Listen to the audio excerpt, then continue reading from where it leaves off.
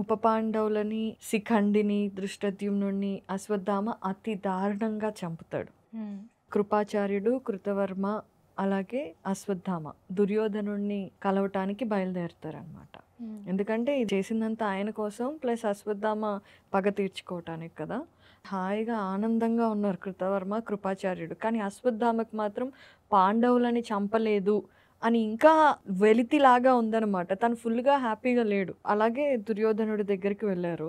దుర్యోధనుడి దగ్గరికి వీళ్ళు వెళ్ళేసరికి అక్కడ సమంత పంచకంలో దుర్యోధనుడి పరిస్థితి చాలా దారుణంగా ఉంది.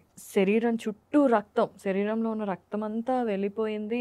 శ్వాస అందటం లేదు దుర్యోధనుడికి. అసలు శరీరం స్వాధీనంలో లేదు, అలా అని ప్రాణము బయటకు వెళ్ళట్లేదు. అదొక నరక యాతన. చచ్చిపోతే ఆనందంగా ఉంటుంది, బాధ నుండి బయటపడతాడు. లేదు అంటే కొంచెం శరీరం సత్తు ఉండాలి శరీరంలో, అది లేదు ఇది లేదు, నరక యాతన అనుభవిస్తున్నాడు. అది చూసి కృపాచార్యుడు కృంగిపోయాడు.